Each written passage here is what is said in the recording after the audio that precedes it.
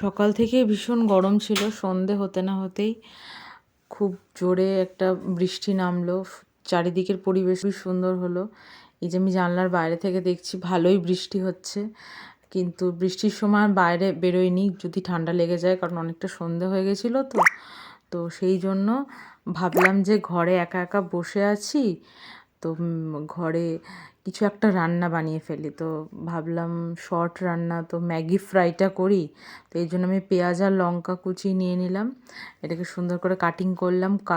Cutting করার পর mister noodles, একটা চিকেন ফ্লেভার আমার খুব ফেভারিট, ওটা 2 প্যাকেট নিয়ে নিলাম। নিয়ে একটু রান্না শুরু করে দিলাম, যে নিজে একটু করে দেখি কীরকম হয়। তো মা তখন ছিল না, অ্যাকচুয়ালি কাজের বাইরের জন্য গেছিলো। তো তখন আমি প্রথমে নুডলসগুলোকে সিদ্ধ করে নিলাম, মানে জল বসিয়ে। তো আমি তো খুব একটা রান্না করি না, তো সেদিন ভাবলাম যে না করি, আজ তো একটু বৃষ্টি ওয়েদার, ভালো লাগবে। তো এবার আমি নুডলসটা করছি, ম্যাগিটাকে আগে সিদ্ধ করে নিচ্ছি 2-3 মিনিটের জন্য। তা মোটামুটি যখন ম্যাগিটা সিদ্ধ হয়ে যাবে, তো তার পরে আমরা রান্নাটা করব। কিন্তু তার আগে পাশে আমি 2টো ডিম নিয়ে ফ্রাই করে নিচ্ছি, কারণ আমি এটা এগ দিয়ে আর চিকেন দিয়ে ম্যাগি ফ্রাই করব। তো ম্যাগিটা আমার প্রায় হয়ে এসেছে, তো আর একটু সময় লাগবে। আমি একটু চেক করছি যে কতটা হয়েছে না হয়েছে, কারণ একা একা করছি তো, মা থাকলে সুবিধা হতো, মা বলে দিত যে কতটা কী হয়েছে। কিন্তু আমি পারি একটু একটু রান্না করতে, তো সেই জন্য আমি চেক করে নিলাম যে হ্যাঁ, এবার মনে হচ্ছে ম্যাগিটা হয়ে গেছে মোটামুটি। এবার গ্যাসের আঁচটা সিমে রেখে আমি সেদ্ধ করা ম্যাগিটাকে পাশে রেখে নিলাম। এবার একটা ফ্রাই প্যান বসিয়ে নিলাম কড়াইয়ের মধ্যে, একটু Emami healthy tasty mustard oil দিলাম অল্প করে।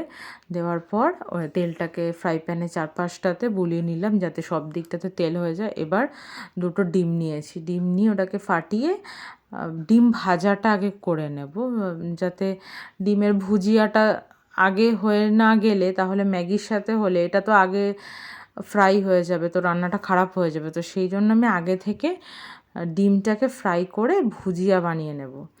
তো সেই আমি ভুজিয়াটা বানাচ্ছি। তো কীরকম হচ্ছে কে জানে, নিজে যা পারছি করছি। আর কিছুক্ষণের মধ্যেই মা আসবে, তো তখন মায়ের থেকে একটু হেল্প নিয়ে নেবো। এই তো আমার মোটামুটি ডিমের ভুজিয়াটা রেডি হয়ে গেছে, মনে হচ্ছে দেখে তো ভালোই হয়েছে। তো এই ডিমের ভুজিয়াটাকে আমি আলাদা রেখে এবার এর মধ্যে চিকেন কিছু কেটে আমি চিকেনটাকে ফ্রাই করে নিলাম। চিকেনের ব্রেস্ট পিস নিয়ে ওটাকে ছোটো ছোটো করে কিমার মতন করে কেটে একটু একটু তেল দিলাম, কারণ তেলটা কমে গেছিলো। দিয়ে আমি একটু হলুদ দিয়ে নিলাম ওপরে, দিয়ে আমি একটু ফ্রাই করে নিলাম। যে চিকেনটাকেও আগে যদি ফ্রাই না করি তাহলে কাঁচা থাকবে। তো চিকেন ফ্রাইটাকে পাশে একটা প্লেটের মধ্যে, যেখানে ডিম রেখেছিলাম তার পাশে রেখে, পেঁয়াজটা আগে থেকেই কেটে নিয়েছিলাম, তো পেঁয়াজ কুচিগুলোকে এবার দিয়ে দিলাম, সাথে লঙ্কা কুচি দিয়ে এবার পেঁয়াজটার উপর নুন দিয়ে ভালো করে ফ্রাই করব। তো এটা ফ্রাই প্যানেই করলাম, যে পেঁয়াজ লঙ্কা যে ফ্রাইটা। এরপর কি করব, ফ্রাই যখন দেখব পেঁয়াজগুলো একটু লাল লাল হয়ে গেছে, তখন আমি যে সিদ্ধ করে রাখা যে ম্যাগিটা ছিল সেটা ঢেলে দেব। ঢেলে দেওয়ার পরে সেটার সাথে নাড়াচাড়া করে নেব, যাতে সমস্ত পেঁয়াজ আর লঙ্কা যে ফ্রাইগুলো ছিল সেগুলো পুরোপুরি ওই সিদ্ধ করা ম্যাগিটার সাথে পুরো পাইল হয়ে যায়, যাতে ভালো করে ফ্রাই হয়।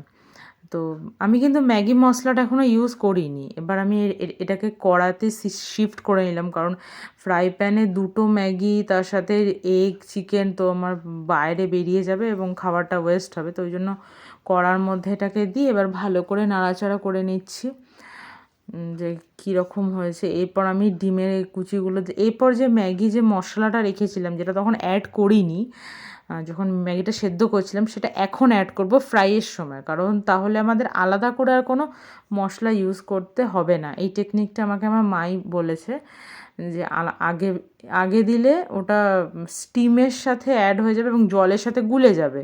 তো আমি যদি পরে দিই, সেটা খেতে আরও টেস্ট হবে এবং ম্যাগি মশলার কাজ করবে। তো এরম করে বানিয়ে ম্যাগি ফ্রাই খেলাম, নিজেও খেলাম, বোনকেও দিলাম। ভালো